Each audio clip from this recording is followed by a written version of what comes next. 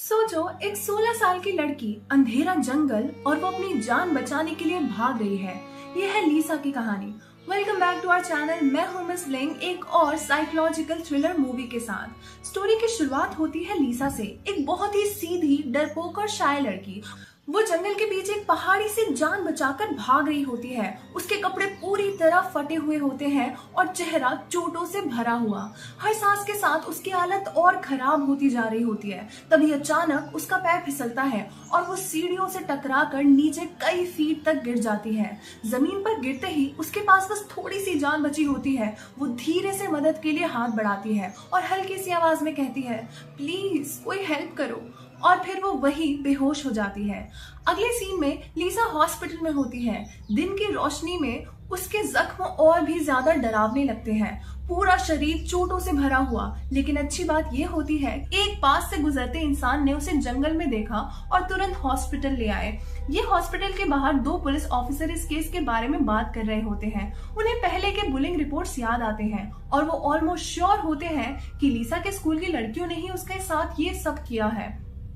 लेकिन केस आगे बढ़ाने के लिए उन्हें लीसा का ऑफिशियल स्टेटमेंट चाहिए होता है। पुलिस ने लीसा के पेरेंट्स से कांटेक्ट करने की भी कोशिश की, लेकिन सच जानकर सब शॉक रह जाते हैं। उसकी माँ कुछ साल पहले ही मर चुकी है और उसके पिता ओवरसीज रहता है। और सबसे बुरी बात, उसे अपनी बेटी से कोई भी मतलब नहीं रहता, चाहे लीसा जिंदा रहे या मर जाए। कुछ देर बाद लीसा को होश आता है। तभी रूम में एंटर करते हैं हेड पुलिस डिटेक्टिव मिस्टर किम। वो शांति से अपनी इंट्रोडक्शन देते हैं और लीसा से कुछ सवाल पूछते हैं उसकी तबीयत के बारे में और कल रात क्या हुआ। लेकिन लीसा एक शब्द भी नहीं बोलती। पूरी इंटेरोगेशन के दौरान वो बस चुप रहती है, जैसे उसके अंदर का डर उसकी आवाज को बंद कर चुका हो। तभी उनकी बात के बीच में रोक देती है लीसा की होमरूम टीचर मिस ली। वो तुरंत ऑफिसर से कहती है, अभी लीसा को रेस्ट करने दीजिए, आप बाद में बात करिए। सुनने में ये चिंता लगती है, लेकिन उसकी आंखों में एक अलग ही नीयत दिख रही होती है, जैसे वो नहीं चाहती कि लीसा सच बताए। मिस्टर किम को कुछ अजीब लगता है। तभी उनकी नजर पड़ती है दरवाजे पे खड़ी 3 बूढ़ी औरतों पर। ये कोई और नहीं, उन लड़कियों की माँ होती है जिन पर लीसा को बुली करने का शक है। मिस्टर किम तुरंत समझ जाते हैं ये लोग यहाँ आए हैं या तो लीसा को धमकाने या फिर पैसे देकर चुप कराने। वो उन्हें तुरंत वहां से जाने के लिए कहता है, क्योंकि लॉ के हिसाब से वो विक्टिम से मिल भी नहीं सकती। लेकिन वो औरतें बिल्कुल भी पीछे हटने को रेडी नहीं होती, क्योंकि उन्हें अपने पावर पर पूरा भरोसा होता है। उनके हस्बैंड्स पैसे और ताकत वाले होते हैं और इसी वजह से उन्हें लगता है कि उनके बच्चे कुछ भी करें वो बच ही जाएंगे। हॉस्पिटल के रूम में टेंशन ऑलरेडी हाई होती है। तभी मिस्टर किम सीधा उन औरतों से कहता है, आपकी बेटियों ने ही लीसा को पहाड़ी पर बुलाया था। लेकिन वो तीनों माँ बिल्कुल शांत चेहरे के साथ जवाब देती हैं, नहीं, वो तो बस साथ में घूमने गई थी, जैसे कुछ हुआ ही ना हो।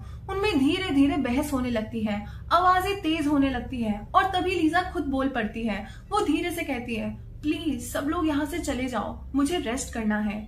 रूम एकदम शांत हो जाता है। इस इंसिडेंट के बाद मिस ली यानी लीसा की होमरूम टीचर स्कूल के प्रिंसिपल के साथ मिलती है। दोनों को सच पता होता है कि लीसा को बुरी तरह बुली किया गया है, लेकिन प्रिंसिपल को सबसे ज्यादा चिंता होती है स्कूल की रेपुटेशन की। वो मिस ली से कहता है, जैसे ही लीसा वापस आए उसे किसी और स्कूल ट्रांसफर कर देना।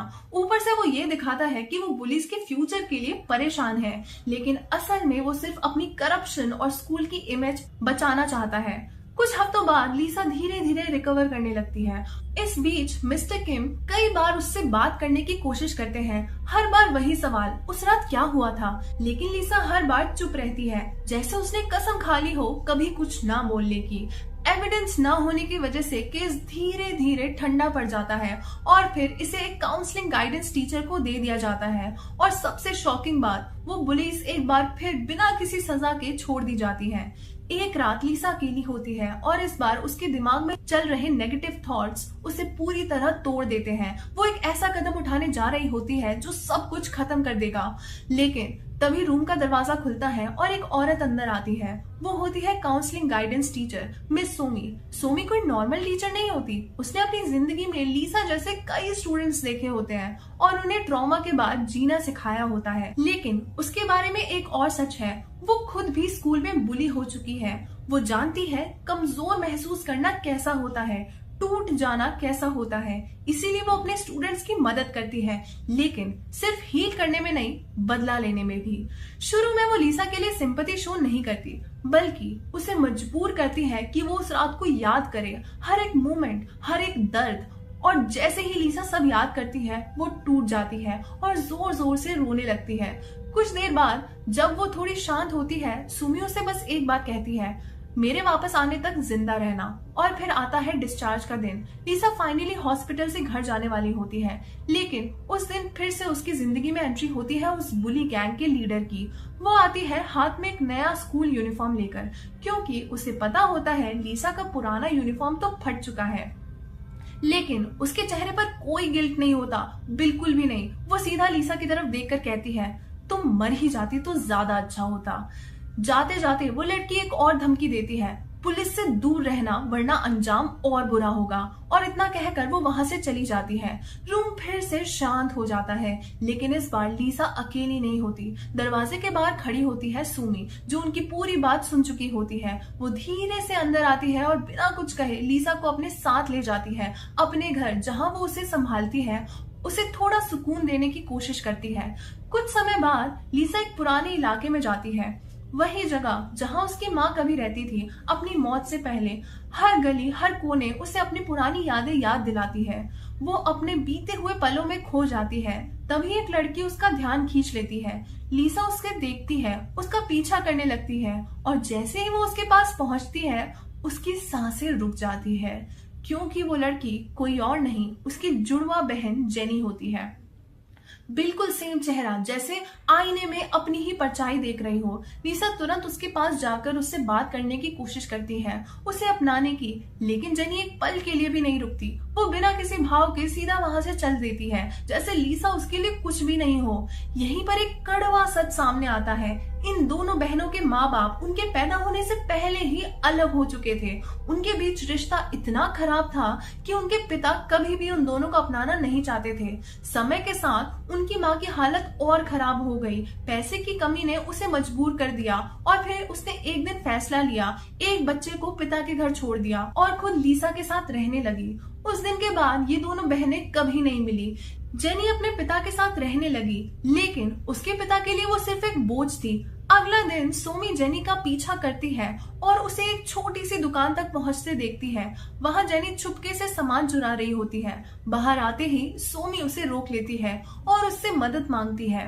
वो उसे सब कुछ बताती है, लिसा के साथ क्या हुआ, कैसे उसे इतना सताया गया कि वो मरने के करीब पहुंच गई। लेकिन जेनी के चेहरे पर कोई फर्क नहीं पड़ता, ना दुख ना गुस्सा, जैसे ये सब उसके लिए मायने ही नहीं रखता।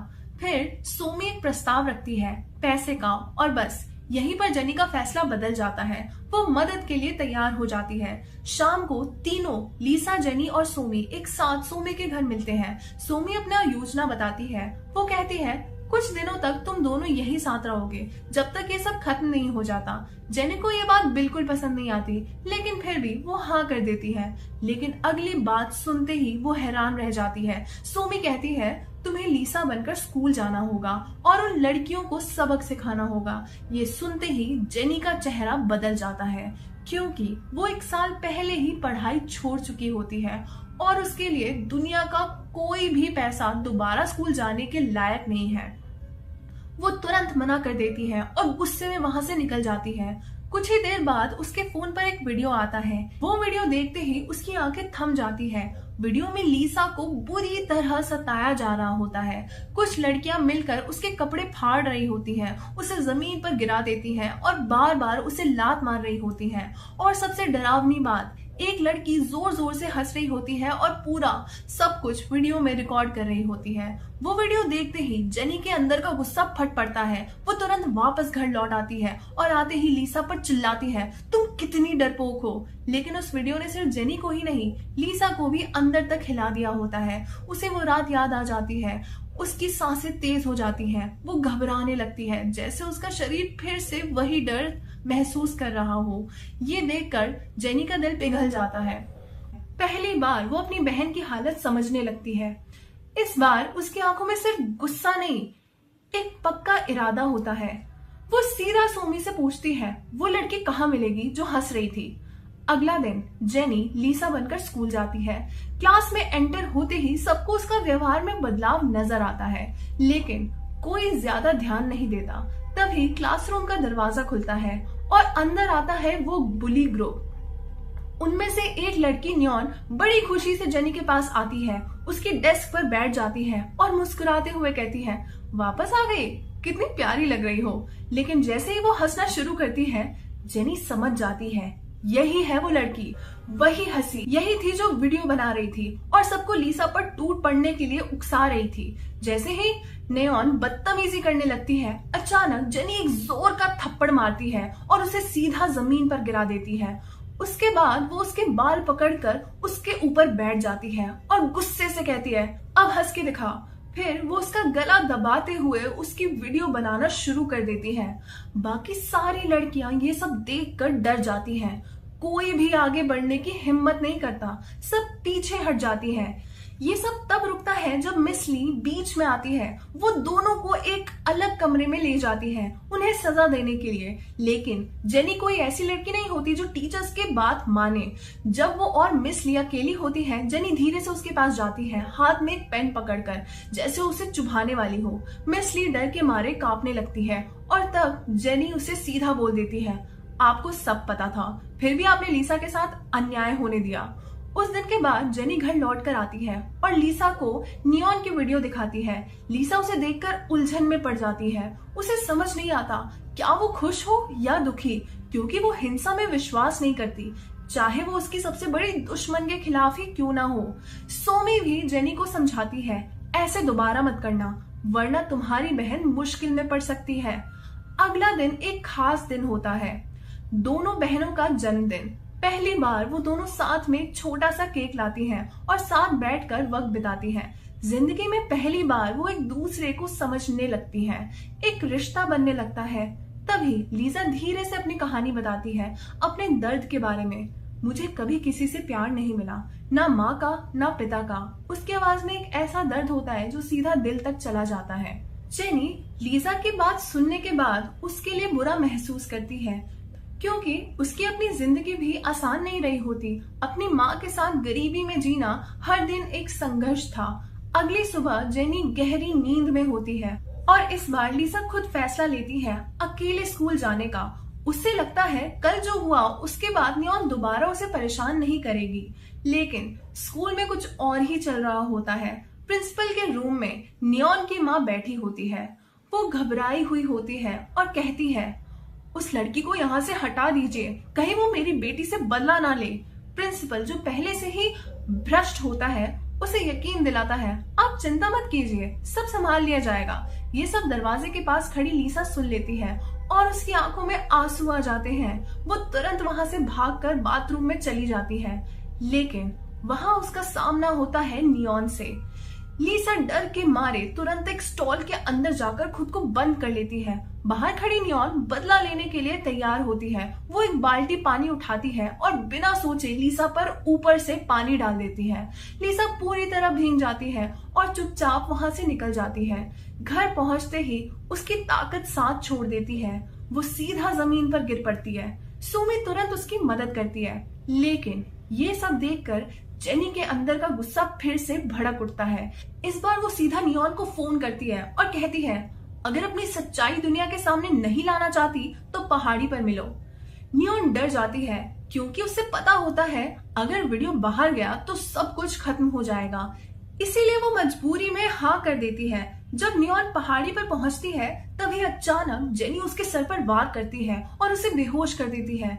कुछ देर बाद जब नियॉन होश में आती है, वो देखती है उसके हाथ पैर बंधे हुए हैं और मुंह पर टेप लगा हुआ है। जेनी धीरे से उसका मुंह खोलती है और जबरदस्ती उसे एक पूरी बोतल पानी पिलाती है। फिर वो एक और बोतल निकालती है जिसमें तेजाब होता है। नियॉन डर के मारे कांपने लगती है। वो अपनी जान की भीख मांगती है, लेकिन जेनी सिर्फ हंस रही होती है और उसका डर और बढ़ रहा होता है। वो तेजाब को उसके चेहरे के बहुत करीब ले जाती है, जैसे किसी भी पल उस पर डाल देगी। फिर कहती है, मारूंगी नहीं, लेकिन याद रहेगा। अब तक नियॉन की सांसें तेज हो चुकी होती हैं। वो जोर जोर से रो रही होती है। जेनी उसके पैर खोल देती है और कहती है अगर जिंदा रहना है तो भाग जाओ। नियॉन तुरंत भागने की कोशिश करती है, लेकिन कुछ ही कदम दूर वो गिर पड़ती है और तभी वहां पहुंचती है लीसा। वो ये सब देखकर घबरा जाती है और तुरंत नियॉन को छुड़ाने की कोशिश करती है, क्योंकि वो नहीं चाहते कि अब और कोई भी दर्द सहे। कुछ ही पल बाद वहां पहुंचती है सोमी और जैसे ही वो पूरा दृश्य देखती है वो हैरान रह जाती है। वो तुरंत जेनी पर चिल्लाती है, तुम्हें अपना गुस्सा खो दिया है। फिर बिना देरी के वो तुरंत मदद के लिए फोन करती है और नियॉन के लिए गाड़ी बुलाती है। अगला दृश्य जेनी पुलिस के सामने बैठी होती है। उससे सवाल किया जा रहा होता है, लेकिन क्योंकि किसी ने उसे नियॉन के साथ नहीं देखा होता, इसीलिए वो सिर्फ शक के घेरे में होती है। तभी वहां आती है सोमी और पुलिस से कहती है अभी के लिए इसे जाने दीजिए। पुलिस फैसला लेती है कि जब तक नियॉन होश में नहीं आती तब तक वो इंतजार करेंगे और जेनी को जाने देते हैं। बाहर आते ही जेनी बिना किसी पछतावे के कहती है मुझे अपने किए पर जरा भी अफसोस नहीं है, मौका मिला तो फिर से करूंगी। ये सुनकर सोमी निराश हो जाती है और उसे वही छोड़कर घर लौट जाती है। तभी अचानक नियॉन की माँ वहां आती है और गुस्से में जेनी पर टूट पड़ती है। उसे बुरा भला कहने लगती है, लेकिन जेनी बिल्कुल शांत रहती है और हल्का सा मुस्कुरा कर कहती है जरा अपनी बेटी की तरह हंस के दिखाइए। ये सुनकर वो औरत और भड़क जाती है और बहस के दौरान जेनी के मुंह से निकल जाता है मैंने जो किया वो सिर्फ बदला था। बस यहीं पर पुलिस को सब समझ आ जाता है कि असली दोषी कौन है। जब मिस्टर किम उसे लीसा कहकर बुलाते हैं तो वो अचानक गुस्से में आ जाती है और कहती है जिसे आप ढूंढ रहे हैं वो घर पर है। ये बात सुनते ही मिस्टर किम के दिमाग में सवाल उठने लगते हैं। बाद में वो अपने साथी के साथ गाड़ी में लौट रहे होते हैं, लेकिन उनके दिमाग से जेनी का ख्याल निकल ही नहीं रहा होता। उन्हें याद आता है हॉस्पिटल में जो लड़की थी और अब जो व्यवहार वो देख रहे हैं, दोनों में जमीन आसमान का फर्क है। उन्हें शक होता है कहीं ये कोई और तो नहीं। ये सोचकर वो सीधा उसके घर जाते हैं, लेकिन जब वो वहां पहुंचते हैं घर बिल्कुल खाली होता है। तभी उनके पास फोन आता है हॉस्पिटल से। उन्हें बताया जाता है कि नियॉन को होश आ गया है और वो कुछ अजीब बातें कर रही है। वो बार बार कह रही होती है वहां कोई और भी था और फिर सच सामने आता है। एक पुरानी याद दिखाई जाती है जहां नियॉन जमीन पर पड़ी होती है और उसके सामने सिर्फ एक ही लड़की होती है, ना कोई जेनी ना कोई सोमी, सिर्फ लीसा। सच ये है जेनी, लीसा और सोमी तीनों अलग अलग लोग नहीं हैं, तीनों एक ही हैं। अब तक जब भी लीसा उनसे बात करती थी वो किसी और से नहीं खुद से ही बात कर रही होती थी। उसकी जिंदगी इतनी अकेली हो चुकी थी, इतनी टूट चुकी थी कि उसने अपने दिमाग में ही दो अलग चेहरे बना लिए। एक जो उसके लिए लड़ सके जेनी और एक जो उससे रास्ता दिखा सके सोमी, क्योंकि असल में उसके पास कोई नहीं था, ना परिवार ना दोस्त। बुलिंग ने उसे इतना तोड़ दिया था कि उसने अपनी दुनिया खुद बना ली।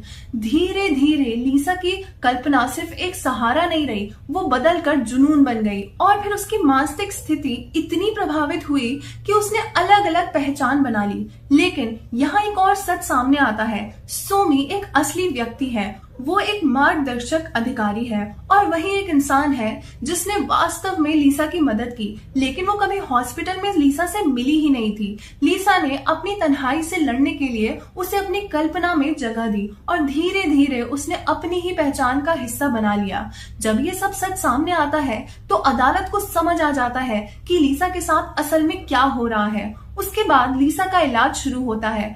वो पढ़ाई छोड़ देती है और अपनी पूरी ताकत अपनी मानसिक सेहत ठीक करने में लगा देती है। अगला दृश्य, लीसा एक डॉक्टर के सामने बैठी होती है और अपने बीते हुए दर्द के बारे में सब कुछ बता रही होती है, हर याद, हर चोट, हर आंसू। लेकिन इस बार वो टूट नहीं रही होती बल्कि धीरे धीरे संभल रही होती है। समय के साथ लीसा अपने दर्द से उभर जाती है और पहली बार अपनी जिंदगी को नए नजरिए से देखना शुरू करती है। और फिर आता है आखिरी दृश्य। असली सोमी लीसा को एयरपोर्ट तक छोड़ने आती है। लीसा एक नए शहर जा रही होती है, एक नई जिंदगी शुरू करने, पीछे छोड़कर अपना पुराना बीता हुआ दर्द। वो मुड़कर एक बार देखती है और फिर आगे बढ़ जाती है, इस बार अकेली नहीं बल्कि खुद के साथ। अगर आपको ये कहानी पसंद आई हो तो वीडियो को लाइक करें, चैनल को सब्सक्राइब करें और बेल आइकन जरूर दबाएं। मिलते हैं अगली वीडियो में एक और जबरदस्त कहानी के साथ। तब तक के लिए बाय बाय।